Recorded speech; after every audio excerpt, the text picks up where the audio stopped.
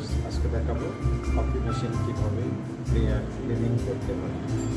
তো ক্লিনিং করার আগে কী কী জিনিস আমার দরকার ক্লিনিংয়ের জন্য, আমি সেই জিনিসগুলো আপনাদেরকে দেখাবো।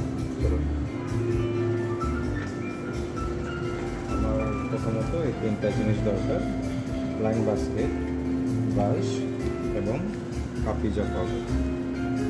তো চলুন কীভাবে ক্লিনিং করতে হয়।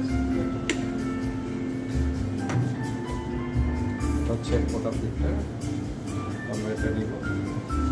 এটার ভিতরে দেখা যাচ্ছে যে ছিদ্র ছিদ্র কিছু জায়গা আছে, তো এই বাস্কেটটা হবে না। এটা ক্লিনিংয়ের জন্য আমার এই ব্ল্যাঙ্ক বাস্কেটটা লাগবে, যেটার ভিতরে কোনো ছিদ্র নেই।